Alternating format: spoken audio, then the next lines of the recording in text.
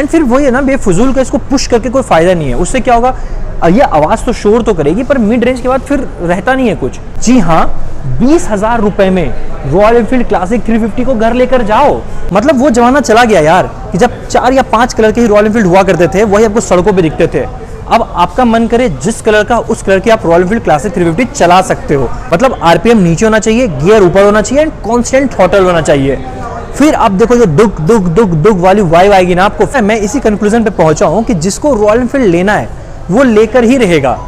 बहुत ऐसे लोग आए, बहुत ऐसे रिव्यूअर्स आए जो कहे कि इसमें ये कमी है, इसमें वो कमी है, ये पर नहीं, जिनको लेना है वो लेते हैं, उनको कोई रोक नहीं सकता। इसकी बहुत ही एकदम होता है ना, ओची फैन फॉलोइंग है भाई साहब।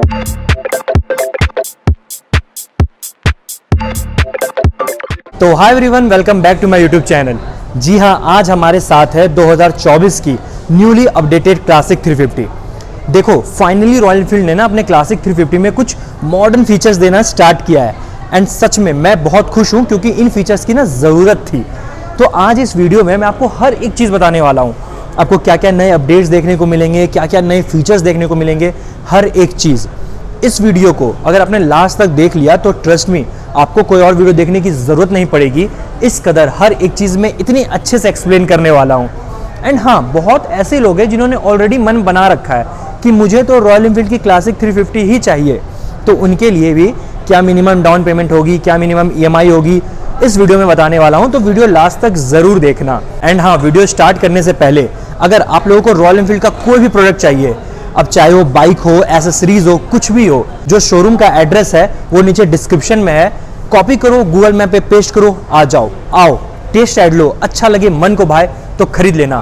तो चलिए वीडियो स्टार्ट करते हैं क्योंकि बहुत कुछ है बात करने को इस वीडियो में। Let's start the video.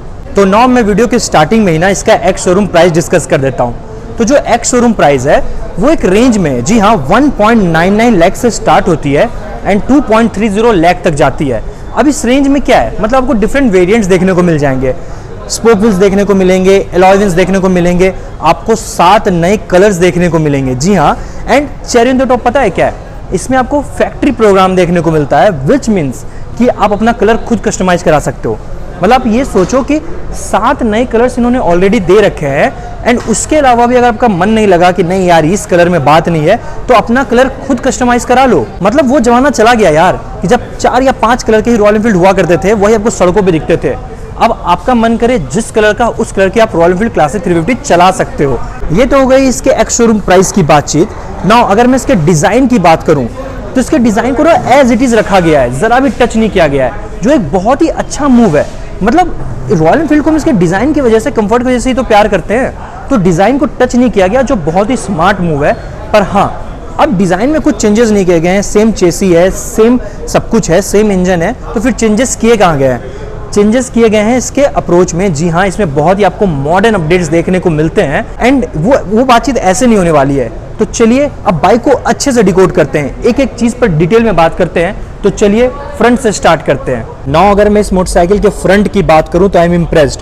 जो सबसे बड़ी अपडेट है वो ये है कि आपको इसमें एलईडी हेडलैम्प देखने को मिलता है। मतलब ये वो चीज़ है कि जब कोई भी इंसान मोटरसाइकिल खरीदता था, रॉयल एनफील्ड क्लासिक खरीदता था, सबसे पहले क्या करता था, जाता था आफ्टर मार्केट्स में एलईडी हेडलैम्प लगवाता था, जो ये अब खुद लगा कर दे रहे हैं।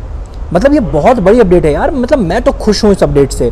जी हाँ, वहीं आप पायलट लैंप्स भी देख लो, वो भी आपको एलईडी देखने को मिल जाता है। हाँ, एक चीज़ है कि आपको अभी भी टर्न इंडिकेटर्स हैलोजन देखने को मिलते हैं, जो कि मतलब आप ये कॉमन सेंस वाली बात है कि अगर आप पायलट लैंप को एलईडी दे रहे हो तो इसको भी एलईडी दे सकते थे।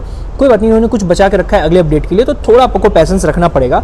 बट आई एम इम्प्रेस्ड कि आपको इसमें एलईडी हेडलैम्प देखने को मिलता है एंड ये वही एलईडी हेडलैम्प है जो आपको सुपर मीटियोर में, हिमालयन में देखने को मिलता है। सेम चीज़ें शेयर हो रही हैं, ठीक है। नाउ अगर मैं हेडलैम्प के बगल में बात करूँ सस्पेंशन की, तो आपको वही टेलीस्कोपिक 41 mm का सस्पेंशन देखने को मिलता है, which is pretty good. And suspension कितनी अच्छी है मैं अभी आपको राइड रिव्यू में बताने ही वाला हूँ आगे, ठीक है। नाउ अगर मैं सस्पेंशन के नीचे आऊँ तो आपको यहाँ पे स्पोक व्हील्स देखने को मिल जाते हैं। नाउ अब क्या है ना, इसके जो अलग अलग वेरिएंट्स है, स्नेथ वेरिएंट्स में हो गए या फिर डिफरेंट वेरिएंट्स में आपको एलॉय व्हील्स भी देखने को मिलते हैं, पर अभी मेरे पास spoke wheels with tube tyres हैं, ठीक है। डिफरेंट वेरिएंट्स में आपको एलॉय व्हील्स भी देखने को मिलेंगे, डिफरेंट कलर्स देखने को मिलेंगे, बहुत चीज़ें आपको देखने को मिलेगी। इसलिए इसकी ना एक्चुअल प्राइस की एक रेंज है, उस रेंज में डिफरेंट चीज़ें फिट हो रही हैं, ठीक है। वहीं अगर मैं इसके ब्रेक्स की बात करूँ, आपको डुअल चैनल एबीएस देखने को मिल जाता है। और भाई साहब मुझे कुछ नहीं चाहिए, मतलब आपने एलईडी हेडलैम्प दे दिया, मैं खुश हूँ भाई, फ्रंट में मैं इसी से काम चला लूंगा। तो चलो ये तो हो गया इसके फ्रंट की बातचीत। अब इसके इंजन पर बात करते हैं। अगर मैं इसके इंजन पर बात करूं तो आपको वही जे सीरीज का 349 सीसी का air plus oil cooled engine देखने को मिल जाता है। जो वहीं अगर मैं इसके पावर फिगर की बात करूं तो 20.2 पीएस का पावर और 27 एनएम का टॉर्क जनरेट करती है। इसमें तो कोई दो राय नहीं है कि ये बहुत ही टॉर्की मोटरसाइकिल है। अब इसकी पावर फिगर कैसी है, इसका परफॉर्मेंस कैसा है, वो तो मैं अभी इस वीडियो में आगे आपको राइड रिव्यू में डिटेल में बताने वाला हूँ। ठीक है, तो ये हो गया इसके इंजन की बातचीत। नाउ अगर इंजन के थोड़ा ऊपर आए तो अगर चलिए इसके फ्यूल टैंक कैपेसिटी पर बात करते हैं।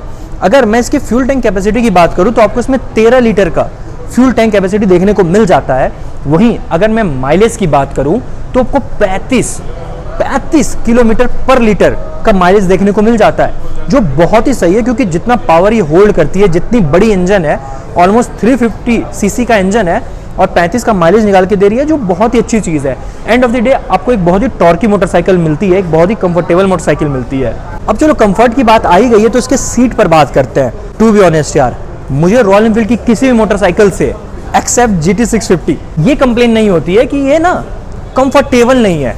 GT650 भी कंफर्टेबल है, पर वो क्या है, कैफे रेसर है, उसकी सीटिंग पोजीशन ही वैसी है कि थोड़े आपकी कलाइयों पर वेट आता है, वरना रॉयल एनफील्ड इतनी कंफर्टेबल मोटरसाइकिल कोई है ही नहीं। अगर बात हो ही रही है इसकी सीट की तो इसकी सीट हाइट पर भी बात करते हैं।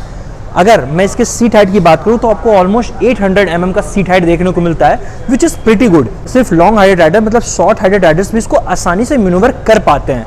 वहीं अगर मैं इसके ग्राउंड क्लियरेंस की बात करूं तो आपको 170 mm का ग्राउंड क्लियरेंस देखने को मिलता है। अगर बड़ी ब्रेकर्स ना हो तो कोई भी ब्रेकर हो, पॉटहोल्स हो, आपको इसमें दिक्कत नहीं होने वाली। इनफैक्ट जो बड़ी कार्स या ट्रक्स के लिए ब्रेकर बनते हैं ना, वहाँ ये थोड़ी बहुत लड़ती है। वहाँ पे तो इंडियन मार्केट में जितनी मोटरसाइकिल आ रही है ऑलमोस्ट हर कोई लड़ जाती है। तो ये खूबी है इसकी कि जो इसकी सीट हाइट और ग्राउंड क्लियरेंस की कॉम्बिनेशन है वो वन ऑफ द बेस्ट है, मुझे तो अच्छी लगती है। तो ये होगा इसके सीट हाइट की बातचीत। तो चलिए अब ना इसके फ्यूल टैंक के ऊपर आते हैं और इसके बटन्स पर, स्विचेस पर, इंस्ट्रूमेंट क्लस्टर पर बातचीत करते हैं। वहीं अगर मैं इसके स्विचेस वगैरह पे बात करूं, आपको अपडेटेड स्विचेस गेयर्स देखने को मिल जाते हैं। देखो जो इसकी टॉप 2 वेरिएंट्स है ना, उसमें आपको 2 चीज़ें एक्स्ट्रा देखने को मिलती है। पहला तो आपको ये नेविगेशन बार यहाँ पे आपको देखने को मिल जाएगा, जो अभी इंस्टॉल नहीं है, उसमें वो प्री इंस्टॉल्ड आता है। नाउ द सेकेंड चीज़, आपको एडजस्टेबल क्लच, एडजस्टेबल ब्रेक्स देखने को मिल जाएंगे टॉप 2 वेरिएंट्स में। ये बेसिक वेरिएंट्स में आपको देखने को नहीं मिलता, वो आपको टॉप वेरिएंट्स में ही देखने को मिलता है, which is pretty good.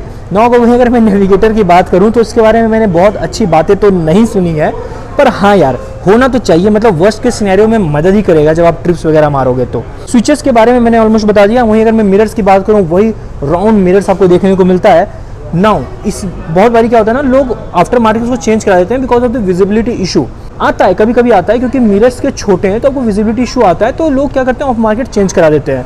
Now that's all about the button and switches. Now let's talk about it instrument cluster. अगर मैं इंस्ट्रूमेंट क्लस्टर की बात करूं तो it is as it is. Yes, जो आपको ओरिजिनल इंस्ट्रूमेंट क्लस्टर देखने को मिलता था वही देखने को मिलता है नए वाले में भी। बट पता है चेंजेस कहाँ है, और सबसे ज़्यादा मुझे खुशी किस बात की हुई कि आपको इसमें गियर पोजीशन इंडिकेटर्स देखने को मिल जाता है। डिज़ाइंस वगैरह सेम है, पर इंफॉर्मेशन थोड़ी ज़्यादा आपको देखने को मिलती है। अभी मैं शोरूम में मैं इसको स्टार्ट नहीं कर सकता, मतलब बैटरी कनेक्शन नहीं है, वरना मैं आपको दिखाता कि आपको इसमें गियर पोजीशन इंडिकेटर देखने को मिलता है। एक समय था जब हम अंदाज लगाते थे कि यार आई थिंक 2 पे है, आई थिंक 3 पे, आपको याद रखना पड़ता था कि 3 नंबर पर डाला है, अब 4 पर डालूंगा। अब ऐसा कुछ भी नहीं है, अब आप यहाँ पे आराम से देख सकते हो कि किस गियर पर आप मोटरसाइकिल चला रहे हो। That's all for the switches and instrument cluster. Now अगर मैं rear side of the motorcycle की बात करूँ तो आपको वही ट्विन गैस 4 सस्पेंशन देखने को मिलता है, विच इज़ प्रीटी गुड। ये मैं आपको भी राइड रिव्यू में बताने ही वाला हूँ, ठीक है। नाउ अगर मैं इसके रेयर ऑफ द पूरे लुक की बात करूँ तो इस लुक को ना एज इट इज़ रखा गया है। एंड मैं आपको कह रहा हूँ ये बहुत ही अच्छा मूव है कि इन्होंने इसके लुक को टच नहीं किया, क्योंकि वही ऑथेंटिक रॉयल एनफील्ड की लुक लोगों को चाहिए, वही ओजी लुक चाहिए होता है जो इन्होंने रखा है। हाँ, चेंजेस किए गए हैं, आपको एलईडी टेल लैम्प देखने को मिल जाते हैं। इंडिकेटर्स अभी भी हैलोजन है, जो आई थिंक इन्हें एलईडी कर देना चाहिए था, क्योंकि आपको पायलट लैम्प एलईडी देखने को मिलता है भाई साहब, तो हैलोजन भी हो सकता था, पर ठीक है, इट्स कूल यार, कुछ तो किया। मतलब अब ये पहले जो टेल लैम्प है वो भी हैलोजन आती थी, अब वो एलईडी आ रही है। And I think next update में वो इसे भी एलईडी कर देंगे, तो इतना तो आपको पैसेंस रखना पड़ेगा, ठीक है। नाउ अगर आप वही टायर्स की बात करें तो 20 सेक्शन का आपको टायर देखने को मिलता है, आपको डुअल चैनल एबीएस देखने को मिल जाता है। So that's all about the rear side of the motorcycle. तो नाउ आई थिंक कि मैंने इस बाइक के बारे में, क्लासिक 350 के बारे में आपको हर एक चीज़ अच्छे से एक्सप्लेन कर दी है, फ्रॉम फ्रंट टू रेयर।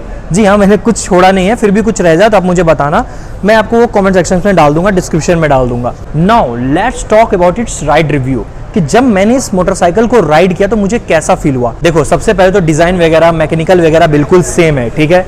तो इसकी डायरेक्ट इंजन पर बात करते हैं कि इसके इंजन की परफॉर्मेंस कैसी है। वैसी है जैसे आपको पिछले रॉयल एनफील्ड में देखने को मिलती थी। इनिशियल पिकअप गुड, ये तो आपको पता ही है। Mid range very torquey, torque और रॉयल एनफील्ड क्लासिक ये दोनों को आप अलग नहीं कर सकते। इट्स वेरी टॉर्की मोटरसाइकिल, तभी तो आप देखोगे ना लोग लेह लद्दाख तक लेके चले जाते हैं। वैसे पहाड़ों में आपको वहाँ पे टॉप एंड नहीं चाहिए होता है, वहाँ पे आपको टॉर्क चाहिए होता है, जो ये मोटरसाइकिल आपको प्रोवाइड करती है। इसको चलाने का ना एक फॉर्मूला है, बाइक को लो आरपीएम पे रखो, हाई गियर रखो एंड कांस्टेंट थ्रॉटल दो।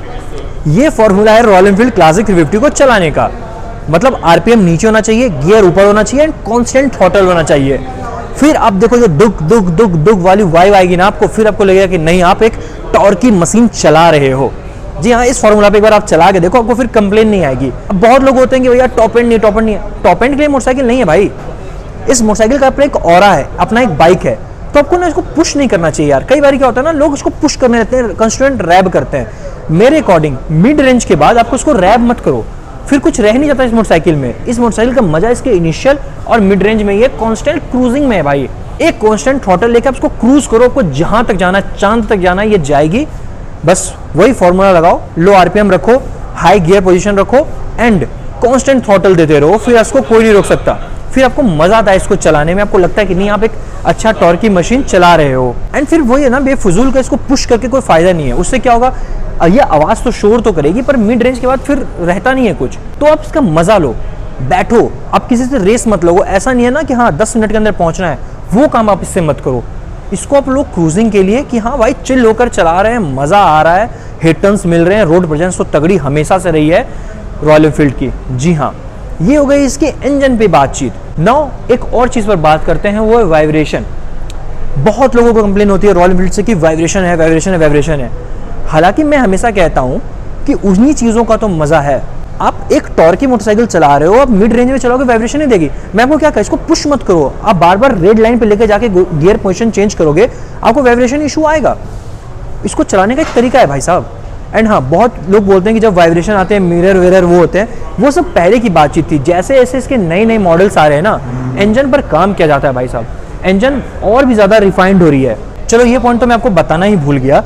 अगर मैं इंजन पर खुलकर बात करूं तो इसकी इंजन जो है ना वो बहुत ज़्यादा रिफाइंड हुई है रेदर देन पिछले क्लासिक 350 के। मतलब इन शॉर्ट कहानी का सार यही है कि आप इसको किसी और मोटरसाइकिल से कंपेयर मत करो, क्योंकि इस मोटरसाइकिल का ना एक अपना खुद का ऑरा है।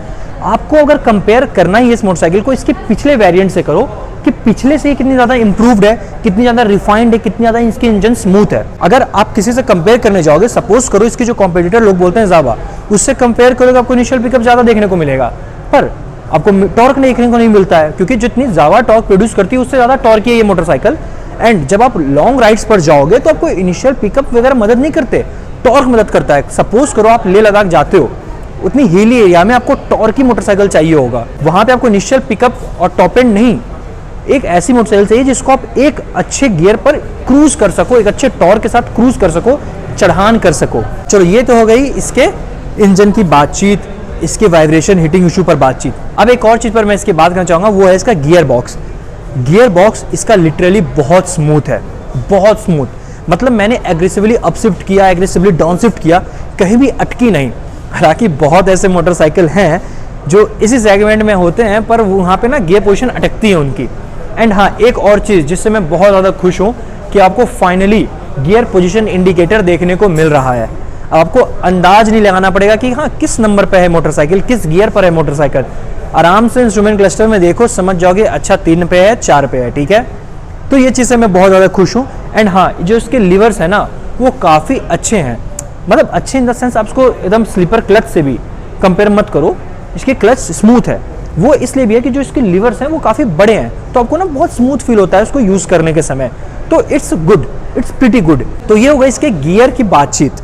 Now let's talk about its weight, जो सच में एक इशू हो जाता है कब, जब ये मोटरसाइकिल पंचर हो जाए, या फिर कई बार क्या होता है ना कि जब आप यू टर्न वगैरह ले रहे हो या एग्रेसिवली होता है ना, आप कॉर्नरिंग कर रहे हो, तो जब एक एंगल के बाद ये मोटरसाइकिल टिल्ट हो जाती है तो आपको थोड़ा बहुत इशू आता है, क्योंकि end of the day it's 195 kg motorcycle. 195 kg बहुत ज़्यादा होता है। जब तक आप क्रूज कर रहे हो आपको बहुत मज़ा आने वाला है, पर अगर आप बिगिनर हो एंड ये मोटरसाइकिल टिल्ट हो गई, फिर आपको हो जाएगी दिक्कत। मैं तो ये कहूँगा कि बिगिनर्स इसे ना चलाएं, एक एक्सपर्ट की जरूरत पड़ती है जब आप एक रॉयल एनफील्ड चलाना चाहो तो। अब क्लासिक 350 हो या GT 650 हो, कोई भी रॉयल एनफील्ड की मोटरसाइकिल हो, हेवी होती है, जब एक पर्टिकुलर एंगल के बाद वो टिल्ट होगी तो आपको परेशान करेगी। Now the next point is it's sitting position. अगर इस मोटरसाइकिल के सिटिंग पोजीशन पे बात करूँ तो that's why people love it. जब आप इस पे बैठते हो आप बहुत ही कंफर्टेबल फील करते हो, हैंडल पोजीशन अपराइटेड है तो आपको एक होता है ना, you feel like a royal. That's why I think it's called royal Enfield. आपको बहुत ही अच्छा बेहतरीन सिटिंग पोजीशन देखने को मिल जाता है, उसमें आपको कंफर्ट में तो कोई इशू नहीं आएगी। आप रॉयल एनफील्ड की कोई भी मोटरसाइकिल उठा लो। सिटिंग पोजीशन के बाद ना मैं ब्रेक्स पर बात करना चाहूँगा। ब्रेक्स आर प्रीटी गुड यार, प्रीटी गुड। बहुत लोगों को कंप्लेन होती है एंड मैं समझ सकता हूँ वो क्यों होती है। देखो यहाँ पे एक वेट फैक्टर भी आता है, 195 kgs की ये मोटरसाइकिल है। जब आप ब्रेक लगाते हो ना तो आपको लगता होगा कि ब्रेक थोड़ी स्ट्रगल कर रही है, पर ऐसा नहीं है यार, ब्रेक्स आर प्रीटी गुड। अब मैं चाहे फ्रंट की बात करूं या रेयर की बात करूं, आपको इस बार ड्यूअल चैनल ABS देखने को मिलता है, ड्यूअल डिस्क देखने को मिल जाता है, तो brakes are good this time. ना अगर मैं इसके सस्पेंशन पर बात करूं तो आपको वही टेलीस्कोपिक 41 mm का सस्पेंशन देखने को मिलता है, पर सच में यार मतलब इसके सस्पेंशन अच्छे हैं। मतलब इनिशियल 40% आर गुड। जब आप एक पोर्टहोल में जाते हो तो पहले 40% ऑफ द टाइम आपको पता ही नहीं चलता कि आप पोर्टहोल में गए हो, क्योंकि ये सब चीज़ें एब्जॉर्ब कर लेती है। पर दिक्कत पता है कहाँ आना स्टार्ट होती है? रेस्ट 60%, वो भी ऐसा सच नहीं है यार, मतलब गुड यार। मतलब आप एक चीज़ देखो कि जिन चीज़ों के लिए इसको खरीदी जाती है वो है कंफर्ट, वो है इसका टॉर्की इंजन एंड वो एक वाइब, वो एक फील। वहाँ पर आज तक रॉयल एनफील्ड ने ना कंप्रोमाइज़ किया है ना करेंगे। एंड पता है मैं इसी कंक्लूजन पे पहुँचा हूँ कि जिसको रॉयल एनफील्ड लेना है वो लेकर ही रहेगा। बहुत ऐसे लोग आए, बहुत ऐसे रिव्यूअर्स आए जो कहे कि इसमें ये कमी है, इसमें वो कमी है, इन चीज़ों को बेहतर करनी चाहिए, पर नहीं, जिनको लेना है वो लेते हैं, उनको कोई रोक नहीं सकता। इसकी बहुत ही एकदम बोलते हैं ना ओची फैन फॉलोइंग है भाई साहब। मतलब जो इसके फैंस हैं, जिनको रॉयल एनफील्ड पसंद है, वो इसको लाख बुराइयों के साथ भी एक्सेप्ट करने को तैयार है। और अब तो रॉयल एनफील्ड ने इंप्रूव भी कर रही है भाई साहब। आप खुद देख लो इस मोटरसाइकिल में आपको कितने मॉडर्न अप्रोचेस देखने को मिलते हैं, मॉडर्न अपडेट्स चेंजेस देखने को मिल जाते हैं। तो जिनको लेना है वो लेंगे, आप लाख बुराइयां गिनवा लो। And that's what I like about, मतलब इसके जो फैंस है ना उनके लिए, कि नहीं यार मतलब अगर एक्सेप्ट कर लिया रॉयल एनफील्ड को तो कर लिया है, कोई नहीं रोक सकता। तो that's all about it's ride review. I think मैंने हर एक चीज़ पर अच्छे से बात की। जब मैंने राइड किया इसको मुझे कैसा फील हुआ मैंने आपको हूबहू बता दिया है, जो सच था वो बता दिया, ठीक है ना। आप लोगों को लग रहा होगा मैं कुछ भूल गया, नहीं ऐसा बिल्कुल भी नहीं है। आई नो मैंने वीडियो के स्टार्टिंग में कहा था कि जो भी इसको लेने में इंटरेस्टेड है तो इसकी क्या मिनिमम डाउन पेमेंट होगी, क्या मिनिमम EMI होगी, ये मैं आपको बताने वाला हूँ। तो जो मिनिमम डाउन पेमेंट होने वाली है 2024 की रॉयल एनफील्ड क्लासिक 350 की, वो है सिर्फ और सिर्फ 20,000। जी हाँ, 20,000 रुपए में रॉयल एनफील्ड क्लासिक 350 को घर लेकर जाओ। वही अगर मैं इसके मिनिमम EMI की बात करूं तो सिर्फ और सिर्फ 5,000 रुपए। आप सोच सकते हो भाई साहब, मतलब लोगों का सपना होता है भाई रॉयल एनफील्ड चलाना है। रॉयल एनफील्ड कितने में चलाना है आपको? तो 20,000 डाउन पेमेंट करो, 5,000 की EMI बनवा लो, लेकर चले जाओ, और क्या चाहिए। एंड हाँ एक और बात, ये जो भी मैंने आपको डाउन पेमेंट या EMI बताए ना वो फिक्स नहीं होते हैं। ये मोर ऑफ द टाइम ना आपके सिविल पर डिपेंड करते हैं। सपोज अगर आपकी सिविल अच्छी है, हो सकता है आपको इससे भी कम डाउन पेमेंट करना पड़े।